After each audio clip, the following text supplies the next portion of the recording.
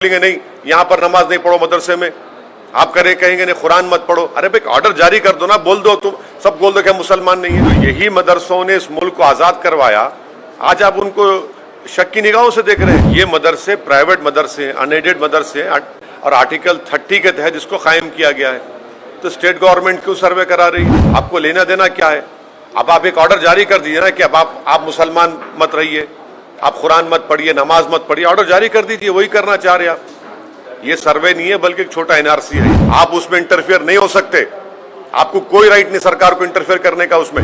क्या आपके सामने नहीं, आपके सामने मदरसे चल रहे हैं, आप क्यों शक करते हो मदरसों को? आपके दिमाग में बात बैठी हुई है शक करना। देखिए, सबसे पहली बात तो ये है कि ये मदरसे जो है वो मदरसा बोर्ड के तहत रिकग्नाइज नहीं है। ये प्राइवेट मदरसे हैं जिनको स्टेट गवर्नमेंट या सरकार कुछ एड नहीं देती है, ना उनकी सर्टिफिकेट रिकग्नाइज करती है। तो वो अगर खुद अपने मदरसे खोलकर चला रहे हैं, जैसे दारुल उलूम देवबंद है, मुबारकपुर में अशरफिया है, ऐसे कई बड़े बड़े मदरसे हैं, डिफरेंट स्कूल्स ऑफ थॉट के प्राइवेट मदरसे हैं जिनका ना सरकार से कुछ लेना देना है, ना सरकार उनको कुछ फंडिंग करती है। हाँ, जो मदरसा बोर्ड के तरह रिकग्नाइज्ड है वो सरकार से, उसका ताल्लुक है गवर्नमेंट से। इससे ये क्यों सर्वे क्यों करा रहे आप? मैं अगर मदरसा खोलता हूँ तो अपने इस्लामिक तौर तरीक़े उनको सिखाने के लिए, इस्लामिक फ़िक़्ह सिखाने के लिए, उनको मौलाना बनाने के लिए, मुफ्ती बनाने के लिए, और स्टेट गवर्नमेंट से ताल्लुक़ ही नहीं है। और संविधान के आर्टिकल 30 के तहत मुझे एक फंडामेंटल राइट हासिल है कि मैं अपने मदरसे खोलूँ, अपने पसंद के एजुकेशन इंस्टीट्यूट्स खोलूँ। इसमें सरकार क्यों मुदाखलत करेगी? आप सर्वे क्यों करना चाह रहे हैं? आपको इससे लेना देना क्या है? क्या आप उनकी तनख्वाह दे रहे हैं? जो मदरसा बोर्ड के तहत मदरसे हैं उनकी तनख्वाह तो आप दे नहीं रहे हैं पिछले 4 साल से। ये मदरसे प्राइवेट मदरसे हैं, अनएडेड मदरसे हैं और आर्टिकल 30 के तहत इसको कायम किया गया है। तो स्टेट गवर्नमेंट क्यों सर्वे करा रही है? आपको लेना देना क्या है? अब आप एक ऑर्डर जारी कर दीजिए ना कि अब आप मुसलमान मत रहिए, आप कुरान मत पढ़िए, नमाज मत पढ़िए, ऑर्डर जारी कर दीजिए। वही करना चाह रहे आप। ये सर्वे नहीं है बल्कि एक छोटा एनआरसी है। ये मदरसों को लेकर पूरे देश भर में और बार-बार सवाल उठते हैं। वैसे में अगर कोई सरकार चीजों को रेगुलराइज कर रही है, क्यों रेगुलाइज करेंगे? क्या रेगुलाइज कर नहीं क्यों क्या रेगुलाइज करेंगे आप? जो मदरसा बोर्ड के तहत उत्तर प्रदेश में वो आपका रिकॉर्ड है। ये मदरसे से, ये जो प्राइवेट मदरसे हैं जो मदरसा बोर्ड से रिकग्नाइज नहीं है, जो आर्टिकल 30 के तहत उनको राइट है, आप क्यों करेंगे सर्वे उनका? आपको क्या राइट है करने का? क्यों करेंगे आप? नहीं, आप क्यों जानकारी करेंगे आप? क्या आपके सामने मदरसे चल रहे हैं, आप क्यों शक करते हो मदरसों को? आपके दिमाग में बात बैठी हुई है शक करना। आपके कल एक ऑर्डर, आप इस सर्वे करके बोलेंगे नहीं यहाँ पर नमाज नहीं पढ़ो मदरसे में, आप कहेंगे नहीं कुरान मत पढ़ो। अरे भाई ऑर्डर जारी कर दो ना, बोल दो, तुम सब बोल दो कि मुसलमान नहीं है। ये करना चाह रहे मकसद आप हैरास करना चाह रहे मुसलमानों को। रिकग्नाइज मदरसे की बात नहीं कर रहा हूं, मदरसा एजुकेशन बोर्ड अलग है। ये प्राइवेट मदरसे हैं जो भारत के संविधान के आर्टिकल 30 के तहत मुझे खोलने का पूरा इख्तियार हासिल है। आप उसमें इंटरफेयर नहीं हो सकते, आपको कोई राइट नहीं सरकार को इंटरफेयर करने का उसमें। आप क्यों करेंगे? क्या पैसे ले रहे, क्या आपसे कुछ ले रहे कर रहे? ये मदरसा हमारा है। आप ये छोटा एनआरसी है, मैं तो कहूंगा ये।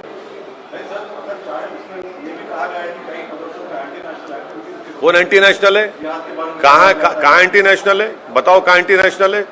इतनी बेशर्मी से कह रहे हैं कि हम आजादी के 75 साल का अमृत उत्सव मना रहे हैं।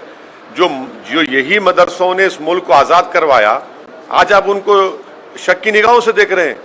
ये आप खराज अकीदत पेश कर रहे हैं, होमेज पेश कर रहे हैं उन मुजाहिदीन आज़ादी को जो इन मदरसों से निकलकर भारत को आज़ाद करवाए थे।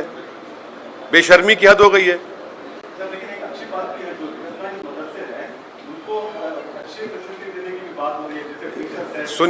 सुनिए, आपको झूठ बोला जा रहा है।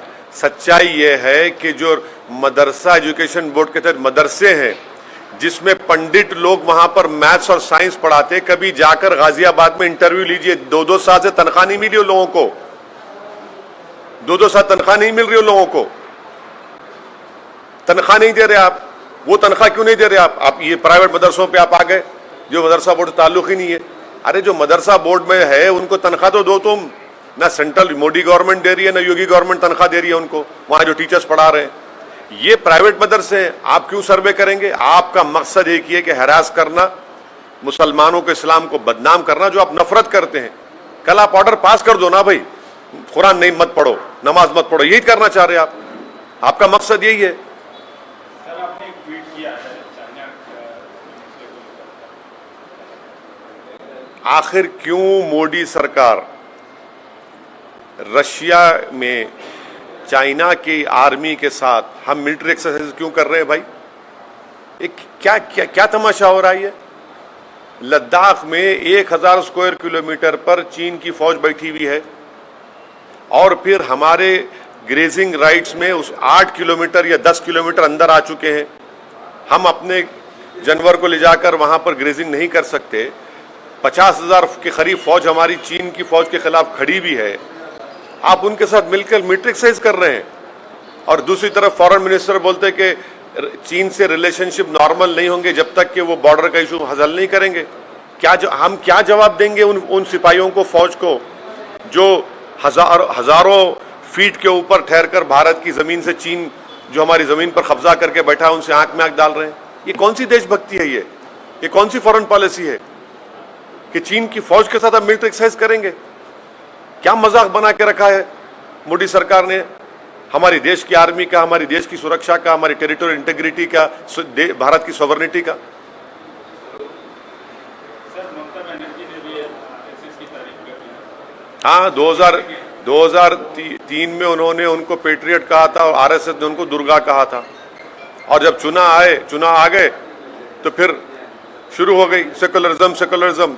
अब कह रही हैं कि आरएसएस में अच्छे लोग हैं। हम ममता बनर्जी को बोलना चाह रहे हैं कि कब तक आप भारत के और बंगाल के मुसलमानों की आंखों में धूल झोंकेंगी? आप आरएसएस का जो मेंबर होता है, जो सुबह में ओथ लेता है, वो ममता बनर्जी पढ़ के सुनाए। हाँ, ये अलग बात है कि जनियादारू एक हो रहे हैं तो हम कुछ नहीं कर सकते, मगर ये क्या बात है?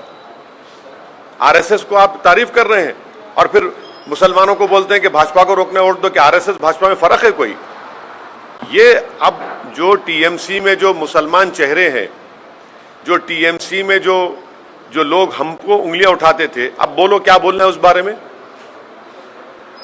क्या विकल्प देंगे आप मोदी के बारे में? इसके पीछे क्या मतलब है सर? क्यों आप सोचते हैं कि ममता ने ऐसा बोला होगा आरएसएस के ऊपर? अब उनको पूछिए। आपने हमसे सवाल किया, उनके बयान पर हम बोल रहे हैं, वो खुद बताएंगी। पहले भी 2003 या 4 में भी उन्होंने आरएसएस को तारीफ की थी, आरएसएस की, वो भी रिकॉर्ड है। और आरएसएस ने उनको कहा था कि दुर्गा है ये। तो अचानक ये मोहब्बत पैदा हो गई, तो इसका मतलब है शुरू से मोहब्बत थी। या फिर मीडिया नहीं, शुरू से मोहब्बत थी, मगर हम लोग, हमारे आंखों पर पर्दा पड़ा हुआ है ना सेकुलरिज्म का, हमारे आंखों पर सेकुलरिज्म का पर्दा पड़ा हुआ है। तो अब ये पर्दे हट रहे हैं, लोग देख रहे हैं अब। सर एक समीकरण, नया समीकरण बनता हुआ दिखा कल। हमारे मुख्यमंत्री बिहार गए थे, पटना, बिहार के मुख्यमंत्री से मिले। इस पूर्व आप राजनीति विज्ञान के आप भी विद्यार्थी हैं और एक सांसद भी हैं, इसको कैसे देखते? नहीं, इस बारे में तो जो दो मुख्यमंत्री बैठे थे वही बताएंगे। मैं ना मुख्यमंत्री हूं ना संतरी हूं, मैं एक पॉलिटिकल पार्टी का सिपाही हूं और बैठ के सब देख रहा हूं। कई मसलों पे आप हाँ, नहीं बोल रहा हूं ना। नहीं, देखिए, ये दोनों मुख्यमंत्री बता पाएंगे, हम क्यों बता पाएंगे उस बारे में? नहीं, सुनिए, हम तो बी टीम, सी टीम, हम मिले हुए हैं, हम भड़काऊ भाषण देते हैं, तो हमसे क्यों पूछ रहे आप? जो लोग जो बैठे हैं वो बताएंगे। बड़े बड़े लोग हैं, जिम्मेदार लोग हैं भाई, वो बहुत बड़े जिम्मेदार लोग हैं वो। लेकिन नीतीश कुमार उठ गए, इसके ऊपर आप कैसे देखते हैं? हाँ, मुख्यमंत्री बात कर रहे थे, अपनी बात रख रहे थे, लेकिन नीतीश कुमार जैसे ही क्वेश्चन आया कि अगले प्रधानमंत्री अपोजिशन की तरफ से क्यों हो गए, एकदम से उठ गए। अब वो नीतीश कुमार साहब बता पाएंगे। एक प्रदेश का मुख्यमंत्री बैठा हुआ है जो वहां पर मेहमान है, आप खड़े हो गए तो मेरे को नहीं मालूम, मैं कैसा बोलूं भाई इन बातों पर? लेकिन ऐसा एक मेहमान। नहीं, देखिए, हम तो आपके सामने बैठे ना, उठे तो नहीं हम। आप हम कैसा बताएंगे, हम क्या बोल पाएंगे? वो दोनों मुख्यमंत्री बता पाएंगे। आप हमारे केसीआर साहब से पूछिए, जब आएंगे उनसे मिलके पूछिए, आप वो बताएंगे आपको। मैं कैसे कमेंट करूं? नहीं, मेरे को मैं क्या बोलूंगा उसमें? नहीं नहीं नहीं, मेरे को नहीं मालूम, नहीं मालूम क्या क्या वो क्या क्या चाहते हैं, उनको ही पता, उनको ही मालूम होगा वो क्या चाहते हैं क्या नहीं चाहते, मुझे नहीं मालूम।